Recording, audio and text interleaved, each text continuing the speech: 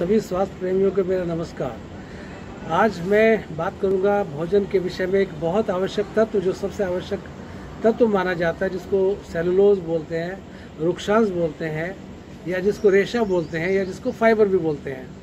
ये जो सेलुलोज है हमारे भोजन का बहुत ही आवश्यक तत्व है, जो कि भोजन से धीरे धीरे कम होता जा रहा है। एक समय था जब आटा जो चक्की हाथ से पीसने वाली माताएं, दादियाँ, जो अन्य लोग पीसते थे, तो वो जो समय था, उस समय पे, उस आटा पीसने के समय पे रुक्षांश जो होता था, जो सेलुलोज जो होता था, वो बहुत अच्छी मात्रा में हमें मिलता था। लेकिन जब से तेज चक्की आई है, तब से वो तेज को आटा को गेहूं को पीसने वाली जो चक्की आई है, तब से वो समस्या होगी कि सेलुलोज की भोजन में कमी हो गई। क्योंकि जब चक्की तेज चलती है, वो बहुत तेज से घूमती है, तो उसमें एक नुकसान होता है कि बहुत तेजी से फाइबर्स होते हैं वो पिस जाते हैं, और टेम्परेचर इतना ज़्यादा होता है जब वो आटा निकल के आता है गेहूँ पिसने के बाद, कि उसमें हाथ डालना मुश्किल होता है। इतने तापक्रम पर 30% 40% से अधिक फाइबर्स फूक जाते हैं, जल जाते हैं। तो साथियों, क्या करना है कि फाइबर्स की मात्रा कम से कम एटलीस्ट जो रिकमेंडेड है वो 35 ग्राम से अधिक मात्रा लगभग हमारे भोजन में फाइबर्स की होनी चाहिए। और क्या हो, इसमें भोजन के साथ साथ जब इसको हम लेते हैं तो इसका पाचन हमारी आंतों में नहीं होता। इसका पाचन नहीं हो पाने के कारण क्या होता है कि हमारे आंतों के लिए ये बहुत लाभकारी है।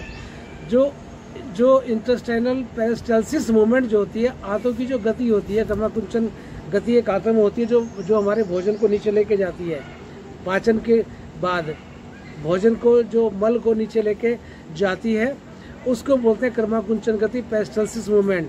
जो फाइबर्स होते हैं रुक्षांश पेरिस्टालसिस मूवमेंट में बहुत अधिक फायदेमंद होते हैं।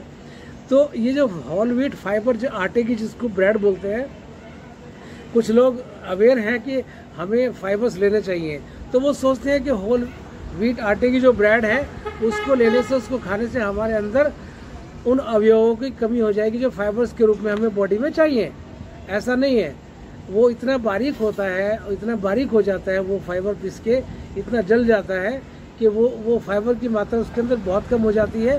होल व्हीट हो सकता है, उसको मैं चैलेंज नहीं कर रहा हूँ, लेकिन वो बहुत अधिक महीन बारीक पिसा हुआ होता है, वो मैदा की तरह ही हो जाता है वो भी। और कभी भी आटा इतना ब्राउन नहीं हो सकता, इतना ज़्यादा ब्राउन नहीं हो सकता।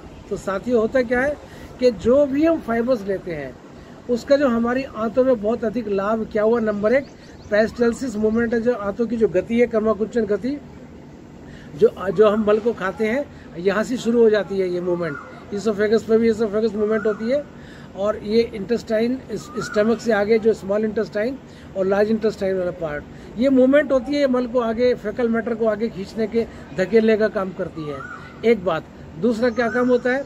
दूसरा काम होता है कि भोजन जो फाइबर्स को हम लेते हैं, ये पानी को होल्ड करने का काम करती है। आंतों की खुश्की दूर होती है इससे। जब फाइबर्स हमारी आंतों में होंगे और पानी को वो होल्ड करने का काम करेंगे, तो क्या होगा, जो हमारी आंतों की खुश्की होती है, ड्राइनेस होती है, मल ड्राई हो जाता है, वो खुश्की दूर हो जाती है, और कब्ज में और गैस में बहुत अधिक लाभकारी होती है। और क्या खास बात है कि जो फाइबर्स जब हम लेते हैं भोजन के साथ, तो ये थोड़ा सा डाइजेशन को डिले करते हैं। उसमें क्या होता है, एब्जॉर्प्शन भी डिले होता है। तो जो एकदम जो मिलने वाला ग्लूकोज होता है हमारे भोजन में, जो पाचन के बाद अवशोषण होता है, वो थोड़ा स्लो होता है प्रोसेस। उस स्लो होने के कारण जो ब्लड जो के अंदर ग्लूकोज लेवल है, उसकी मात्रा एकदम तेजी से नहीं बढ़ती। तो ब्लड का जो ग्लूकोज लेवल है, जो डायबिटीज़ है, वो डायबिटीज़ बढ़ी हुई नहीं आती। वो जब आप टेस्ट कराते हैं तो बढ़ावा नहीं आएगा। और एक बात और, कि अकेला फाइबर नहीं होता। यदि आप ये होल व्हीट या जो साबुत दालें होती है, छिलके वाली दालें होती हैं, या जो आपका जो अन्न जो होते हैं वो होल फॉर्म में बाहर का छिलके सहित लेते हैं, या तीसरी बात क्या कि जो फल अधिक मात्रा में लेते हैं, या सलाद लेते हैं, चबाने वाली चीज़ें होती हैं, इसके अंदर फाइबर्स काफ़ी अच्छे मात्रा में होते हैं। इनको लेने से खाली फाइबर्स हमें नहीं मिलते, हमें इसके साथ साथ, फाइबर के साथ साथ और क्या मिलता है, हमें प्रोटीन्स मिलते हैं, विटामिन मिलते हैं, मिनरल्स भी मिलते हैं। क्योंकि वो फाइबर प्राकृतिक रूप में अकेला नहीं है, प्रोटीन्स भी है, विटामिन भी है, मिनरल्स भी उसके अंदर है।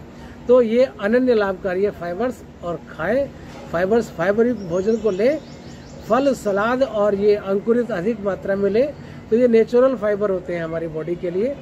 ये हमें आंतों के लिए, पाचन के लिए, इसके मल के निष्कासन के लिए बहुत लाभकारी है। तो साथियों, अपने भोजन में ध्यान रखें कि आप दिन में कितना अधिक फाइबर ले पाते हैं।